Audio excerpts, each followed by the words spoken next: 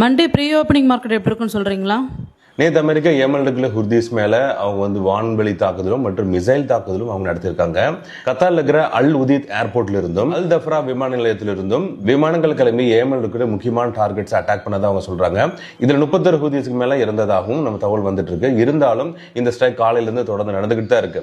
ஒரு முக்கிய திரும்ப ரஷ்யாவோட foreign minister Lavrov US Secretary of State Marco ரூபியோவை டெலிஃபோன்ல தொடர்பு கொண்டு உடனடியாக இந்த ஹூதிஸ் தாக்குதலை நிறுத்த சொல்லியிருக்காரு. இதனால நேற்றே சொன்ன மாதிரி க்ரூட் ஆயில் இப்போதைக்கு பாசிட்டிவா ட்ரேட் ஆயிட்டு இருக்கு. யூஎஸ் டாலர் கொஞ்சம் ஃபால் ஆனங்காட்டி இப்போ ஏஷியன் செஷன்ஸ் எல்லாம் பாசிட்டிவா இருக்கு.